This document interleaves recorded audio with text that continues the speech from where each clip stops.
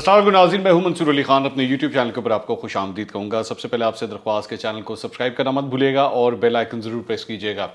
नाज़रीन, वही हुआ जिसका मैंने कल तस्करा किया था। आज मुश्तरका इजलास जो पार्लियामेंट का हुआ, उसके अंदर हुकूमत अपनी अददी अक्सरियत साबित करने में कामयाब हुई और इसके साथ साथ जो दीगर बिल्स पास हुए उसके अंदर मेरे ख्याल में दो इंपॉर्टेंट बिल्स जो हैं वो हुकूमत के लिए जो बड़े इंपॉर्टेंट थे, जिसके ऊपर बड़ी देर से वर्किंग हो रही थी, वो मंजूर कराने में कामयाब हो गए। उसमें एक इलेक्ट्रॉनिक वोटिंग मशीन का बिल था और इसके साथ साथ जो समंदर पार पाकिस्तानी हैं उनको इंटरनेट के ज़रिए वोटिंग का हक देने का जो बिल था वो भी मंजूर हो गया। अच्छा, अब इसके ऊपर मैंने आपको पहले ये कहा था कि ऑपोजिशन की जानिब से ये कोशिश की जा रही है कि जो हुकूमत है उसके नंबर किसी तरह जो है वो कम करवाए जाए, उनको एब्सेंट करवा दिया जाए या वो ना आ सकें। लेकिन हुआ बिल्कुल इसके बरक्स, और हुआ इस तरह के अपनी ऑपोजिशन जो है उसके ही नंबर पूरे नहीं हो सके और उसके कई लोग जो हैं वो आज इस इजलास में शिरकत उन्होंने नहीं की। अच्छा, अब जारी बात है, इसको अगर आप इसको उठा के देखें तो अपोजिशन जो है वो मुख्तलिफ वजूहात इसकी बयान कर रही है कि जी हुकूमत ने जो है वो बुलडोज़ किया है और हुकूमत जो है वो ज़बरदस्ती उन्होंने सारे नंबर्स पूरे कर दिए और इसको सिर्फ और सिर्फ हेड काउंट जो है वो ठीक नहीं हुआ, मतलब इस तरह की बातें कर रही है। लेकिन ये हकीकत है कि अपोजिशन के पास जो है वो उतने नंबर नहीं थे। हुकूमत ने जो नंबर अपने दिखाए हैं वो उनके नंबर्स वहाँ पर वो मौजूद थे। नवीद कमर साहब पाकिस्तान पीपल्स पार्टी के जो रहनुमा हैं वो वहाँ पे मौजूद नहीं थे। तालपुर साहब नहीं तशरीफ़ लेकर आए। नवीद कमर साहब के बारे में मैंने ये पता करवाया तो मुझे पता लगा कि वो इस वक्त ICU के अंदर है और उनकी तबीयत जो है वो काफ़ी ख़राब है और जिसकी वजह से वो शिरकत नहीं कर सकते थे। तालपुर साहब भी तशरीफ़ नहीं लेकर आए। अख्तर मेंगल साहब के बारे में भी ये खबर आई कि वो भी तशरीफ़ नहीं लेकर आए। तो इस तरह अली वज़ीर वो भी तशरीफ़ नहीं लेकर आए, उनको जो है वो स्पीकर ने बुलाया नहीं था, उनके प्रोडक्शन ऑर्डर्स जारी नहीं किए, जिसकी वजह से वो भी नहीं मौजूद है। तो अपोजिशन के कम से कम ये सारे लोग जो हैं इनके हवाले से तो क्लियर नज़र आ गया कि वो मौजूद नहीं थे। लेकिन तो नंबर जो है, नंबर वाकई इनके पास कंप्लीट नहीं थे कि वो इन बिल्स को जो है वो डिफीट कर पाती। लेकिन इसका जो ओवरऑल जो इसका नुकसान है, सबसे पहले ज़रा उसके ऊपर आ जाएं, उसके बाद मैं ज़रा ऑपोजिशन के बारे में आपको बता दूं कि आगे चल के ऑपोजिशन के पास जो है वो ऑपोजिशन किधर खड़ी हुई है, ज़रा इसके ऊपर ज़रा बात करते हैं।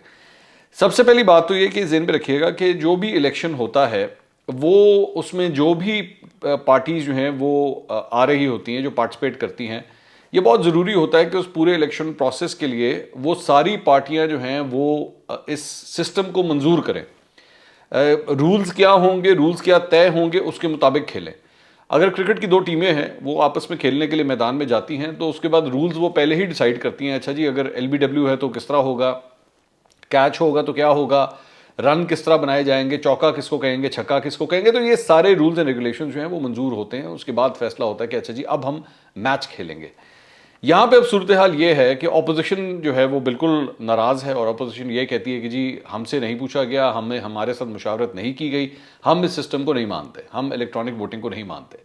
लेकिन अभी तक वो इस हद तक नहीं गए कि वो जाके ये कह सकें जी हमने अगला इलेक्शन लड़ना ही नहीं है। अगर तो वो इलेक्ट्रॉनिक वोटिंग मशीन से उनको प्रॉब्लम है, ओवरसीज़ पाकिस्तानी के हवाले से प्रॉब्लम है, वो इस पर तनकीद ज़रूर कर रहे हैं। वो ये ज़रूर कह रहे हैं कि जी बड़ा गलत हुआ, बुलडोज़ किया गया, ये हुआ, सब कुछ हुआ, इस्टेब्लिशमेंट की भी बातें कर रहे हैं। लेकिन वो इस हद तक नहीं गए कि वो ये कहें कि जी हम अगले इलेक्शन को नहीं मानते। अलबत्ता बिलावल भुट्टो ने आज अपनी तकरीर के अंदर ये बात ज़रूर कही कि जी हम अभी से आपको बता देते हैं कि अगला इलेक्शन जो है वो मुतनाज़ा हो गया, हम आपको अभी से बता देते हैं। अच्छा, वो उनको इस बात का पता नहीं है कि हो सकता है अगला इलेक्शन जो है वो खुद ही जीत जाए। ये भी तो हो सकता है ना, पाकिस्तान पीपल्स पार्टी जीत जाए। तो बिलावल भुट्टो ने आज फ्लोर ऑफ द हाउस जो बात कही है, ये बात इनको बाद में जाके हॉन्ट भी करेगी अगर पाकिस्तान पीपल्स पार्टी ये इलेक्शन जीत गई। क्योंकि आसिफ अली जरदारी ने भी आज ये बात कही कि ये जो बीज जो बोया जा रहा है इसका फल जो है वो कोई और खाएगा। एनीवेज, बेसिकली ऑपोजिशन को यही इस बात का खतरा है कि जनाब इस्टेब्लिशमेंट जो है वो अगले इलेक्शन जब होंगे तो अगले इलेक्शन के अंदर जो है वो EVM के जरिए धांधली होगी और उस धांधली को ट्रेस करना भी बहुत मुश्किल होगा। मेरा इस पर थोड़ा सा नजरिया थोड़ा सा डिफरेंट है। वो ये है कि अगर तो वाकई जो ये इल्ज़ामात ऑपोजिशन लगाती है इस्टेब्लिशमेंट के ऊपर, और काफ़ी हद तक सही भी लगाती है क्योंकि हमारा माजी अगर आप उठा के देख लें तो उसके अंदर इस्टेब्लिशमेंट का एक बड़ा अहम किरदार रहा है इलेक्शंस के हवाले से। अगर उन्होंने ये करना हुआ ना तो उसके लिए यकीन करें उनको इलेक्ट्रॉनिक वोटिंग मशीन की ज़रूरत नहीं है, वो वैसे भी कर सकते हैं, वो वैसे भी कर सकते हैं। एक बात।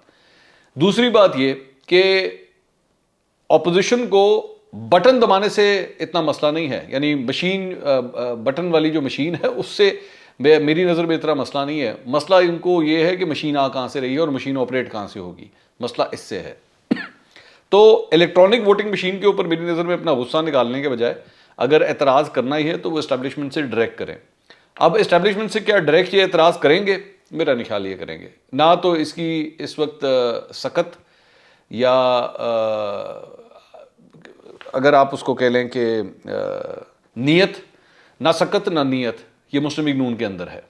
ख़ास तौर पे जब तक शहबाज शरीफ साहब जो हैं वो मुस्लिम लीग नून को लीड कर रहे हैं। और जहाँ तक पाकिस्तान पीपल्स पार्टी के ताल्लुक है तो पाकिस्तान पीपल्स पार्टी भी नहीं करेगी, ठीक है। तो दोनों साइड्स के ऊपर जब ये नियत ही मौजूद नहीं है कि हमने इस्टेब्लिशमेंट के ऊपर जो है तनकीद करनी है या अपने लिए बात करनी है, तो तब तक इसलिए मेरे ख्याल में इस एहतजाज वगैरह का कतई तौर पे कोई फ़ायदा नहीं है। एक बात। दूसरी बात ये कि ये जो कुछ भी हुआ है, ये वोटिंग जिस तरह भी हुई है, इससे और भी 2-4 चीज़ें जो है वो क्लियर हो गई। मैंने कल भी अपने वीलॉग में कहा था कि अगले 24 घंटे जो है वो बड़े ज़रूरी हैं, उससे बहुत सी चीज़ों ने क्लियर होना है। उसमें एक चीज़ जो क्लियर हुई है वो तो ये है कि आज की तारीख में, आज मतलब 17 नवंबर 2021 को इस्टेब्लिशमेंट आज भी इमरान खान साहब के साथ खड़ी हुई है, इमरान खान साहब को सपोर्ट कर रही है। अपोजिशन के रहनुमा ये कह रहे हैं कि जी इत्तेहादियों को जो है वो खींच के और ज़ोर ज़बरदस्ती के साथ जो है वो इनके साथ ला के खड़ा कर दिया गया है और उनको ज़बरदस्ती वोट डलवाया गया है। वोट जिस तरह भी डलवाया गया है, जो भी किया गया है, वो एक डिफरेंट डिबेट है। आप जाहिर बात है उसके मेरिट्स डिमेरिट्स के ऊपर पूरी तरह बहस कर सकते हैं कि जी क्या ये सही हो रहा है या गलत हो रहा है, ये बिल्कुल डिफरेंट डिबेट है, एक बिल्कुल डिफरेंट बहस है। लेकिन एक बात ये तय है कि इस्टेब्लिशमेंट आज भी इमरान खान साहब के साथ खड़ी हुई है और इमरान खान साहब को सपोर्ट कर रही है, क्योंकि अगर ये ना होता तो इमरान खान साहब जो मर्जी कर लेते, ये बिल पास नहीं हो रहा था।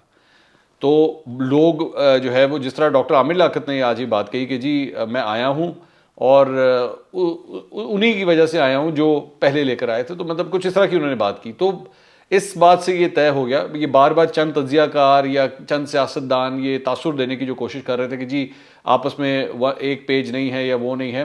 हाँ इख्तलाफात आए थे, हाँ सिस्टम उस तरह सपोर्ट नहीं कर रहा था इमरान खान साहब को, लेकिन इस मामले में सिस्टम ने इमरान खान साहब को सपोर्ट किया है, वो सपोर्ट आ गई है। एक बात।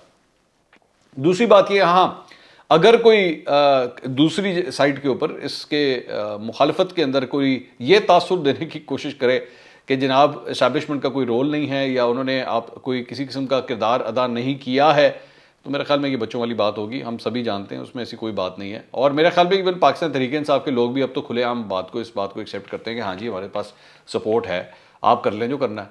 अच्छा, तो ये तो बात होगी हुकूमत की। सारी बात हुकूमत के लिए आज खुशी का दिन है, उनके नंबर पूरे हुए हैं, उन्होंने अपने बिल मंजूर करवाने थे वो करवा लिए उन्होंने, ठीक है।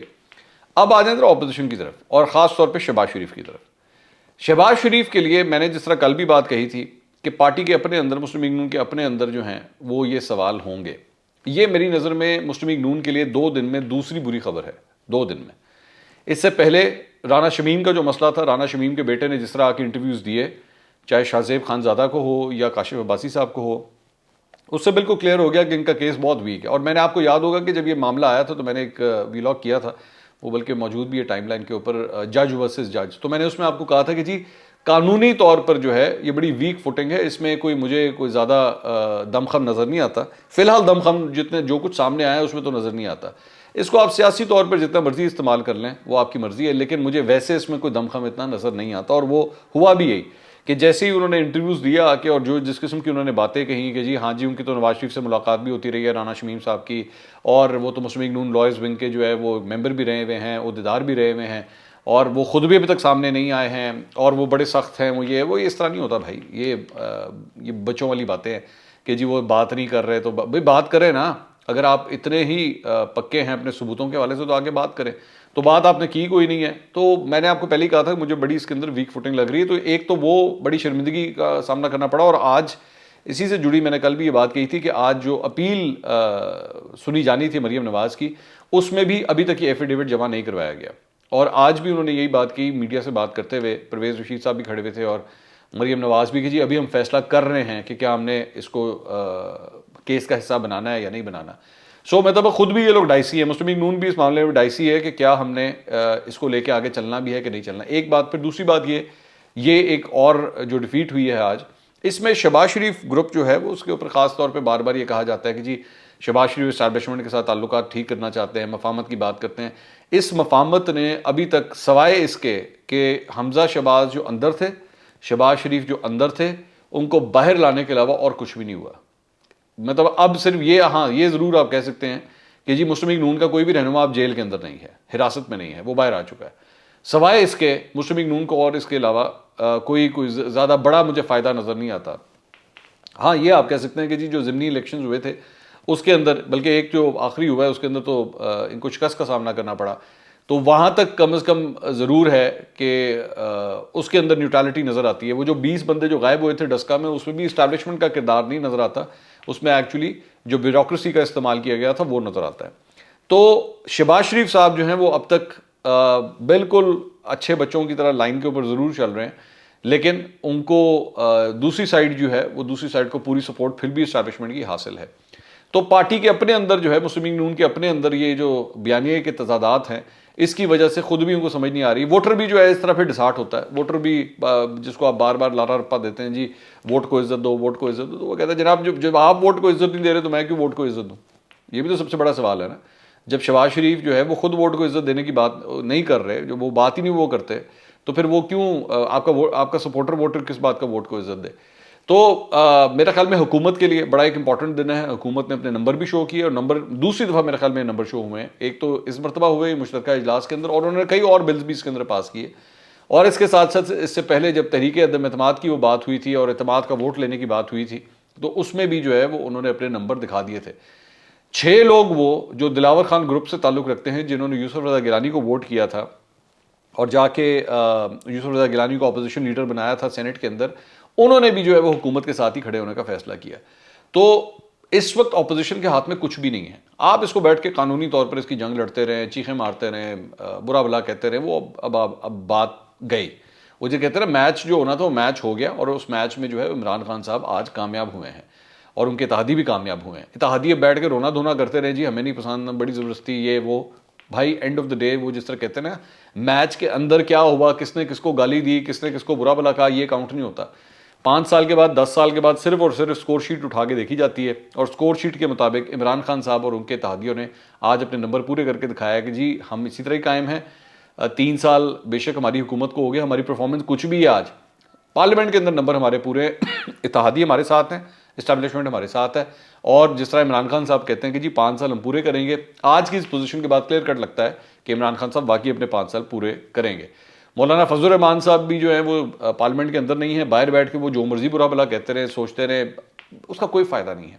क्योंकि आप पिछले अगर 1.5-2 साल से उठा के देख लें तो इनकी बातें बार बार यही चलती आई हैं, बस जी अब हुकूमत गई तो 2 महीने, तो 3 महीने, 2 महीने, 3 महीने, नहीं होता इस तरह। लोग आपकी बात, आप जितनी दफ़ा मुझे कहते हैं ना शेर आया शेर आया शेर आया, वो शेर आ भी जाता है ना तो तब भी लोग फिर आपकी बात नहीं मानते। तो अब अगर आप जितनी मर्जी दफ़ा कह दें उसका कतई तौर पे कोई फ़ायदा नहीं। ऑपोजिशन के लिए आज एक काफ़ी एम्बैरेसिंग दिन था, और ख़ास तौर पे मुस्लिम लीग नून के लिए 2 दिनों में 2 बड़ी एम्बैरेसमेंट्स सामने आई हैं। अगले व्लॉग में दोबारा मुलाकात होगी। अल्लाह हाफ़िज़।